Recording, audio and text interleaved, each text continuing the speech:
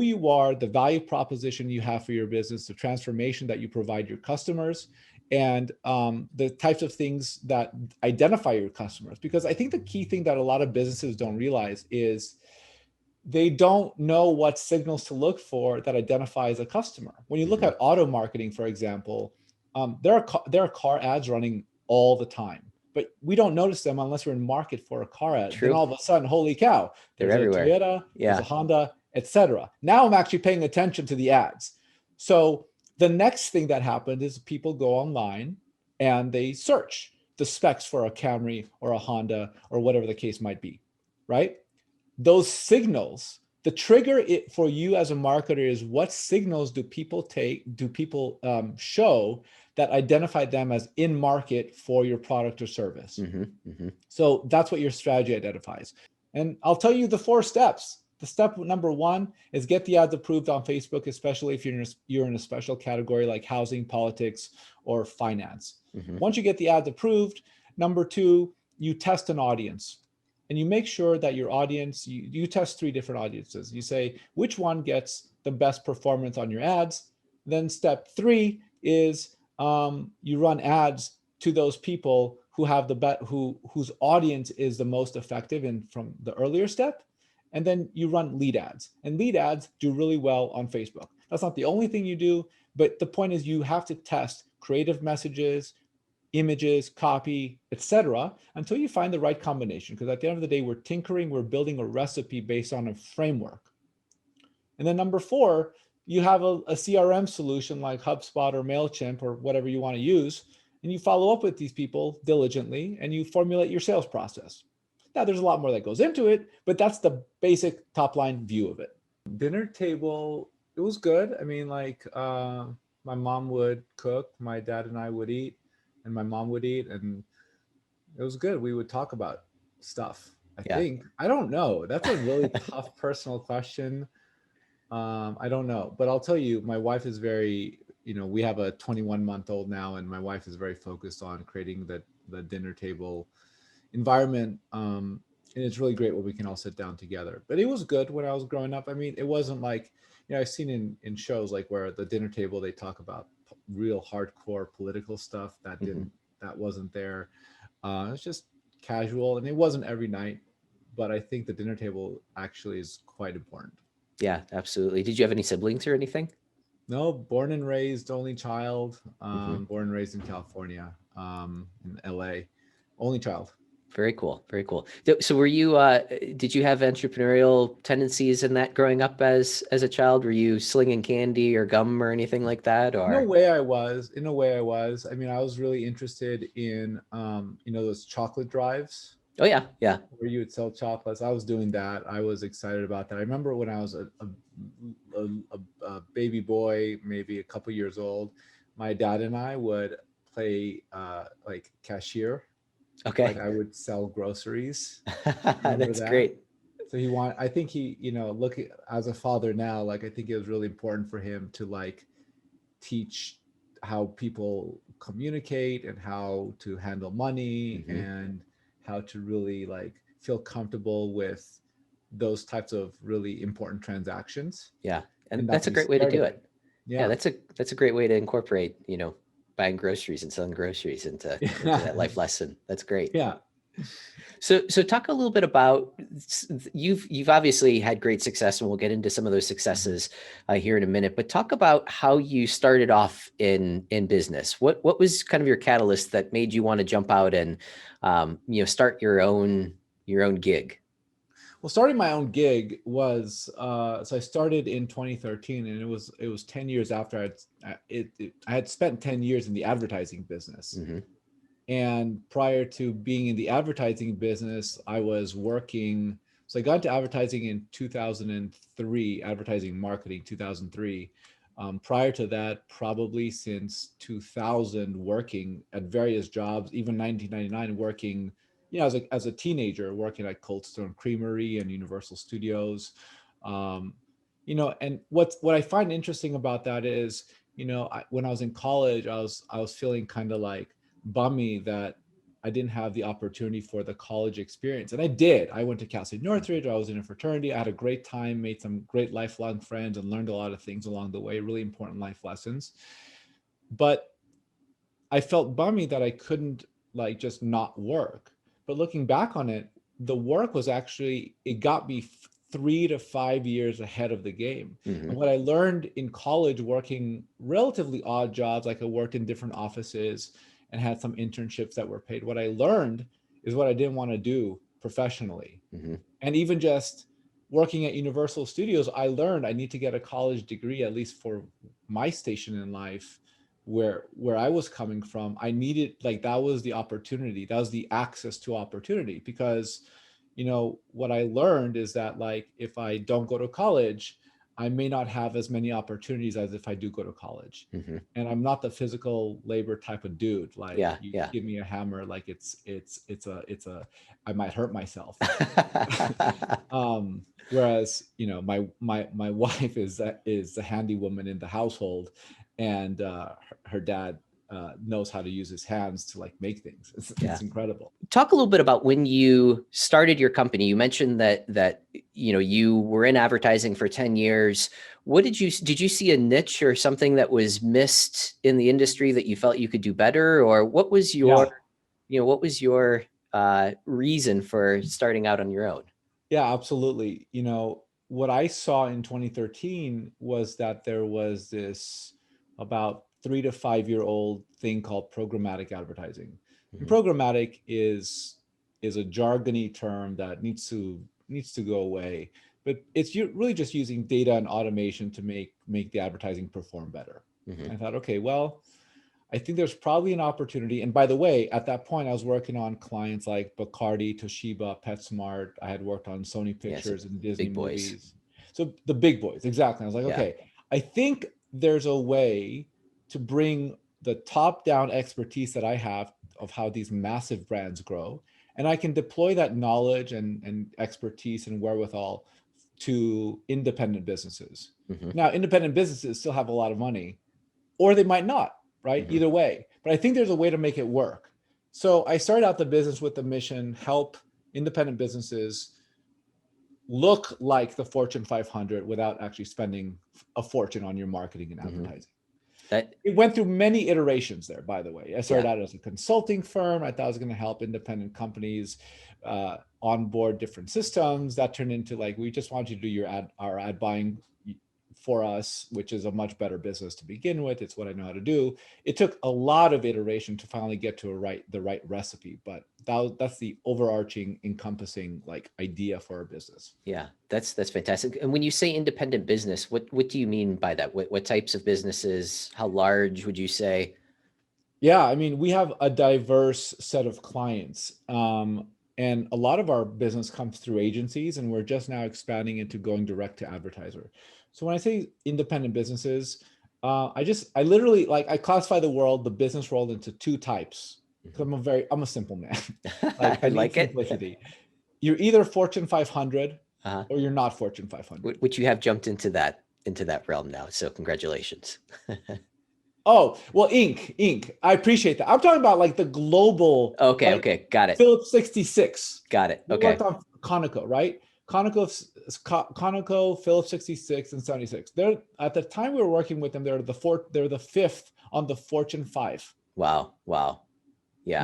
Massive oil company, right? Yeah. Not a lot of marketing relative to the other Fortune companies, but the Fortune 500, but still lots of budget. And I was like, okay, if I can help these big, well-known brands do well.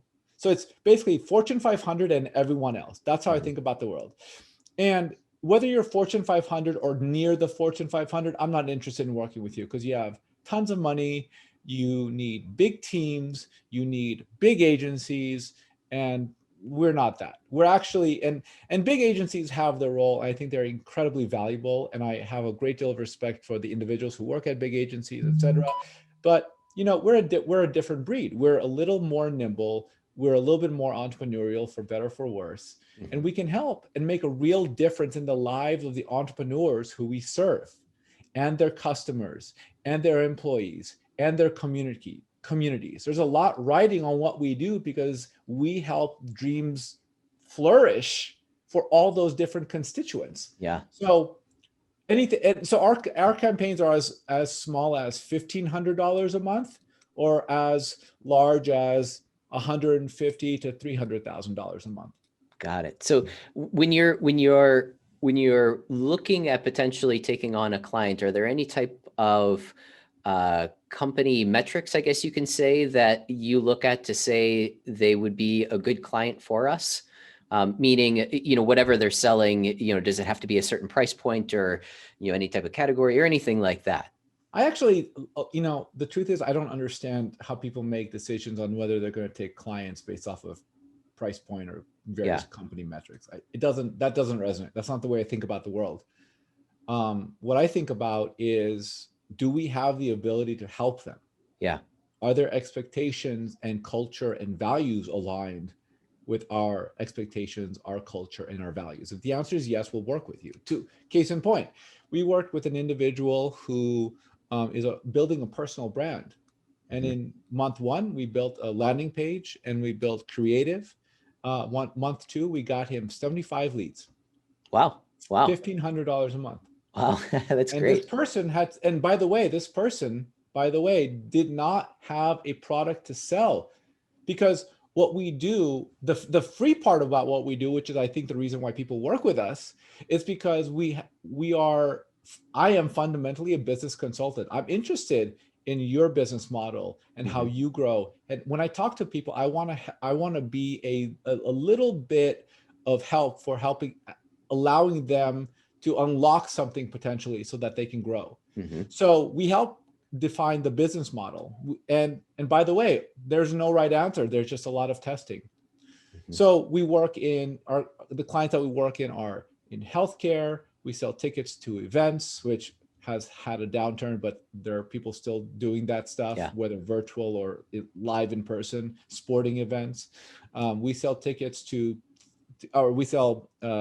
we run campaigns for people selling products in stores, and everything in between. We mostly touch. The only thing we haven't touched a lot of is auto. We helped launch a live streaming channel recently. We're helping a big communications company in the gaming space.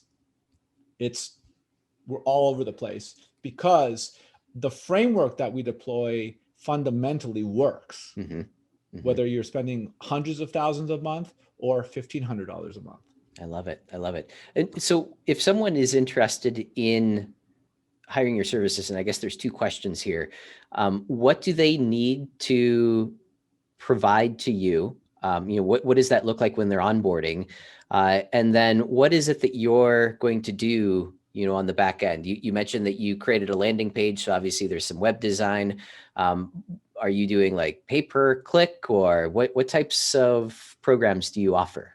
Yeah, I mean, our business is built around paid media, so advertising. The fundamental definition of advertising is paying for the space to run a message. If money doesn't exchange hands, it's not advertising. So, and that's not to cut ahead, but that's the fundamental difference between marketing and advertising. Marketing is an amalgamation of different communications tactics. Advertising, you're specifically paying someone for access to run a message. So our business, everything that I know in my 17-year career, is fundamentally around the use of digital advertising to build a business. So Facebook, TikTok, Instagram, banners, video, connected television, digital out-of-home billboards, digital audio on your local radio station's digital channel, or Pandora or Spotify. If it's digital, if I can transact on it digitally, that's within our wheelhouse. Wow. That's what we do. Now, separately, when we talk about landing pages and creative, we've had to create that service because I want to help small businesses, independent businesses. Yeah. When I go to an independent business and I say, look, I can run advertising for you. You'll do really well. We'll help you build your business. These companies don't know how or don't have the wherewithal to develop an ad or a landing page or email automation or marketing automation. So in order for us to get to the advertising so that we can directly impact their business, they need creative, they need landing page, they need emails, they need marketing automation. So we now provide that at $1,500 a month. Wow. And 500 of that goes back and is reinvested into advertising primarily on Facebook and Instagram. Wow. That really sounds incredible.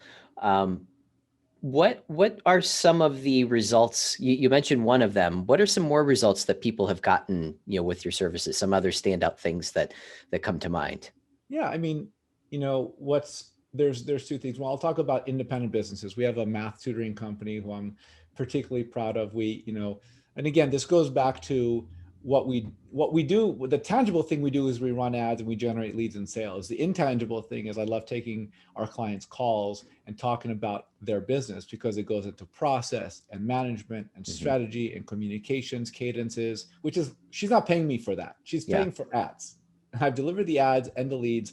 I'm done, but I just have a general interest. So, she has a nice testimonial on our website, on one of our pages, which I'm expanding out to a few of our other pages.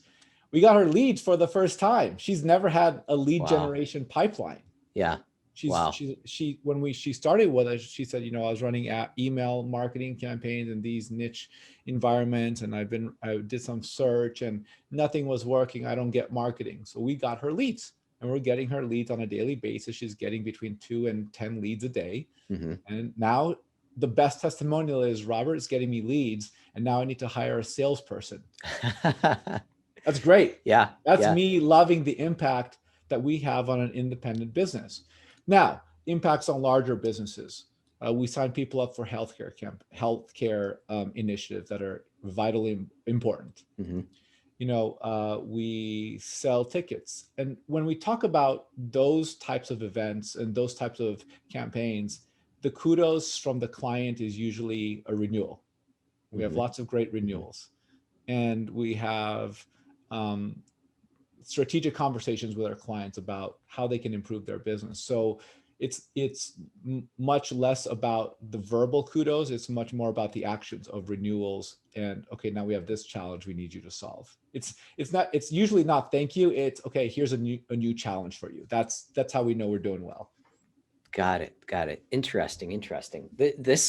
I really feel like this can help a lot of our listeners, and myself included. And I've got other friends and that too, that all struggle with, getting leads and that. Have you seen an uptick in your business lately with, what's going on right now, with COVID and everybody, wanting to get online and advertising and all of that?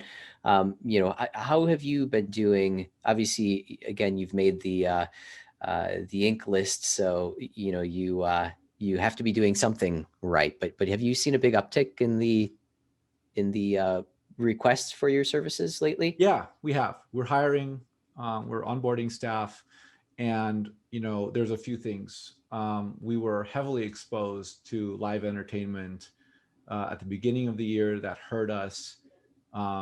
Now we are a little bit, and when I say exposed, I don't mean we didn't have a lot of clients. We did, but in that space, we had a lot of spending in that space. But it's amazing, out of the woodwork, clients, people I've never spoken to, completely new to our organization, businesses have come out of the woodwork through recommendations and testimonials. And our business, we're a much stronger business today than we were in January of 2020. And the reason for that is because, number one, we figured out our lead pipeline. We have hundreds of leads that we're actively following up on. We don't have enough salespeople to do all of that, so some are slipping by, but we're doing that. So we have a lead pipeline for the first time in the history of our business. We're not exclusively reliant on relationships, because I built my business primarily on the big relationships I've had through consulting work and just people who I've gotten to know and trust, and they trust me and I trust them, and we have relationships. But I wanted to diversify that. So this spot on marketing and the ability to take on independent businesses and not charge them an arm and a leg and actually give them what they need to succeed has been a big boon for us. So we're hiring in that world as well. And then for our larger enterprise clients, we just have people coming out of the woodwork continuously working with us. It's amazing. That's fantastic. I love it. Do you have any tips or advice for, say, a smaller independent business who might not quite be ready to take on $1,500 a month, but some tips to be able to get them in the right direction, start advertising themselves correctly, and Yeah, starting to build that lead flow? I appreciate that. So what I'm about to describe to you is a condensed version of what we have, which is it's called Your Lead Generation Guide. And if you go to brillmedia.co/YLGG, you'll get this guide. And what this guide does is it allows any business owner to develop a lead magnet. And a lead magnet is a tool that will attract your core prospective customers so that you give them something of value. So your lead generation guide is a lead magnet because I want to attract business owners.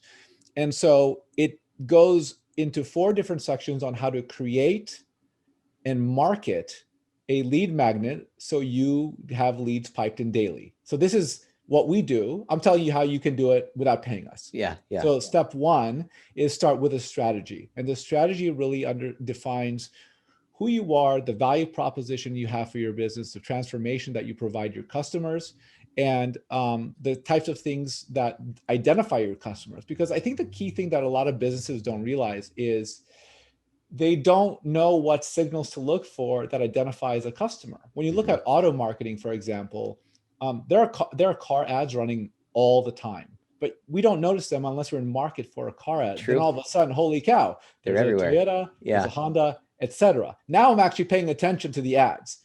So the next thing that happened is people go online and they search the specs for a Camry or a Honda or whatever the case might be, right? Those signals, the trigger for you as a marketer is what signals do people show that identify them as in market for your product or service. So that's what your strategy identifies. Then the creation of the lead magnet is what information can you share with your customers or prospective customers that you can make well enough to demonstrate that you're an expert in the field, make it easy to understand so it's not incredibly convoluted. And number 3, that is in direct connection to the types of products and services that you offer. And then you write the thing up, you add a little bit of simple design. And by the way, we have in that lead magnet, your lead generation guide, we have connections to our designers that we use and our videographers that we use, right? Because that's a barrier. So we want to just eliminate all the barriers. And they're just Upwork people, right? Like these are not our employees. I'm not taking a cut of what you send them, right? It's just goodwill, right? And then finally, it's marketing. And we show you how to use Facebook and Instagram to be effective to get leads.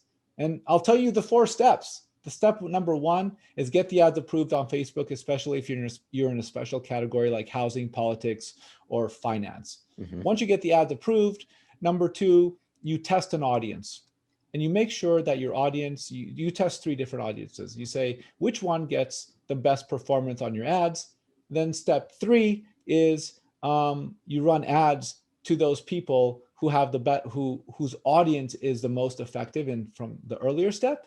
And then you run lead ads. And lead ads do really well on Facebook. That's not the only thing you do, but the point is you have to test creative messages, images, copy, etc., until you find the right combination. Because at the end of the day, we're tinkering, we're building a recipe based on a framework.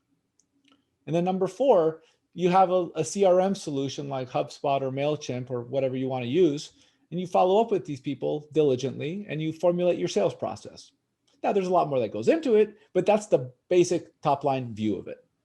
That's great. I'm incredibly valuable to people that again are just starting out and might be struggling with that process. So how do you relay the metrics of your campaigns? Do you have any types of systems? Is it an Excel chart? Are we using like Google Analytics? What is your chosen way to be able to track, measure, and showcase what is going on? Right. So we have a dashboard that we share with our clients. Our dashboards identify what you're paying for the ads, how many impressions you've delivered, the clicks, the number of page likes, the cost per page likes. And by the way, I just want to talk about page likes for a moment. I'm really usually not interested in page likes as the end all metric. What page likes do that a lot of people don't realize is that they're an identifier for the best audience. Right. Because if someone is going back to that idea of signals, if someone likes your ad, likes your page through a page like ad on Facebook, that's an identifier. Hey, this is mildly interesting. Right. I'm not averse to this. That's all that says. But then those page like engagers become your remarketing pool, and they might be interested in your lead magnet as an idea. Yep. So page likes, link clicks, cost per click, we break out different audiences that we look at.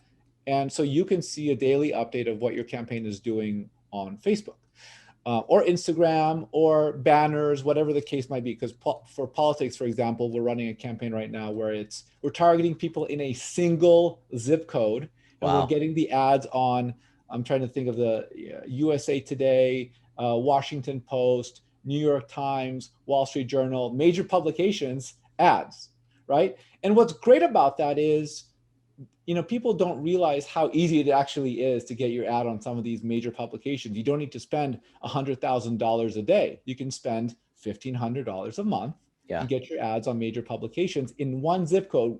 The only zip code that your voters are in, because if you go the next zip code over, they can't vote for you.